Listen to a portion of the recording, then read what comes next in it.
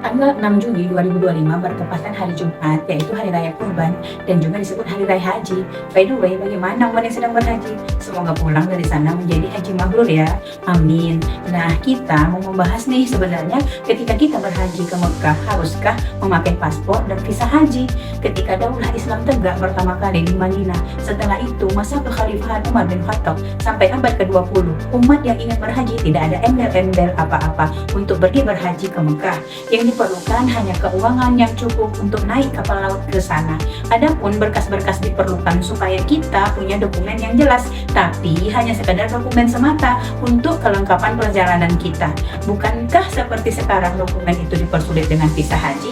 Padahal visa berwisata pun sudah punya, tapi harus dibuatlah visa khusus haji. Intinya membuat sulit orang yang pergi berhaji, seperti yang dialami Pak Heri, seorang jemaah asal Bandung yang harus pulang dari Bandara Jeddah setelah visanya dibatalkan secara sepihak. Ia sudah bersiap ihram, bahkan sudah berniat umrah tamattu.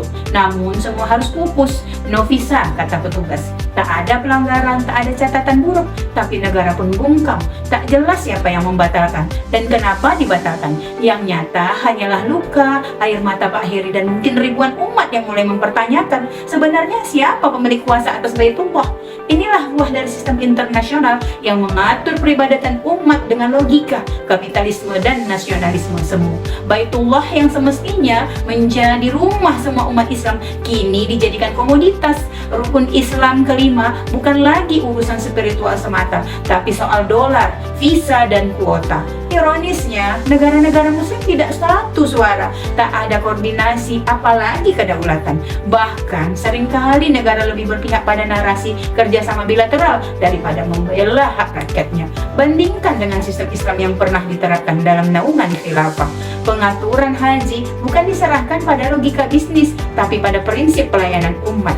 Negara bukan broker visa, tapi khadim al-ummah. Negara menyediakan jalur-jalur aman bagi jemaah, bahkan menjamin kebutuhan mereka sejak dari daerah asal hingga kembali ke tanah air. Tidak ada monopoli travel, tidak ada kasta layanan. Semua jemaah diposisikan sebagai tamu Allah yang mulia, tetapi sudah menjadi keharusan ada pengaturan dan pembatasan bagi yang akan berhaji. Harus dibuat kuota tiap wilayah. Bagi yang berhak harus mendapat semacam kartu jemaah haji atau sekarang seperti tasreh dan kartu nusuk. Tetap harus ada pembatasan karena untuk pengaturan dan kenyamanan. Bagaimanapun Ar-Musna itu area terbatas dan semua jemaah harus mendapat layanan yang layak atau tenda makan dan lain-lain. Dana talangan haji juga harus dihilangkan agar tidak ada antrian yang sangat panjang. Jadi harusnya yang daftar haji tahun depan adalah yang sudah siap bayar ongkosnya. Secara fikih, individu muslim yang wajib berhaji adalah yang mampu ongkos fisik dan perjalanannya. Kalau tidak mampu, maka tidak wajib dan tidak perlu memaksakan diri. Sangat simpel bukan? Jika mampu maka berangkat, dan jika belum mampu maka tidak wajib. Jadi jangan memaksakan haji atau umrah dengan dana talangan, karena itu dikatakan belum mampu untuk berhaji atau umrah. Bisa disimpulkan bahwa haji bukan hanya bernilai ibadah, tetapi juga bermakna politis. Aspek politik dari ibadah haji tidak bisa dipisahkan, seperti ketika menjalani wukuf di Arafah. Gambaran persatuan umat Islam dengan satu imam sangat tergambarkan di sana.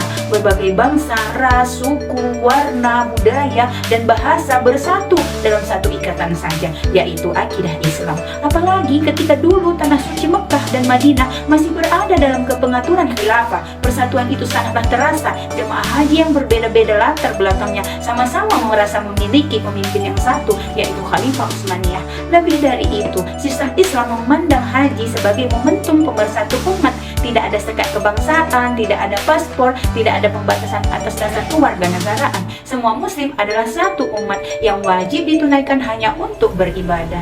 Saatnya umat menyadari bahwa kita tak butuh sistem kapitalisme yang memperdagangkan ibadah. Kita butuh sistem Islam yang memuliakan ibadah dan menjamin pelaksanaannya. Negara seharusnya tidak hanya menjadi pengatur teknis, tapi pembela hak spiritual rakyat. Dan itu hanya mungkin jika sistem kehidupan kita dibangun di atas asas akidah Islam, bukan nasionalisme yang semu seperti saat ini. Hanya dengan Islam dan bingkai khilafah, semua itu akan terlaksana dengan baik. Ayo mengkaji Islam agar kita paham bahwa dengan khilafahlah umat ini akan bersatu dan bebas dari paspor dan visa.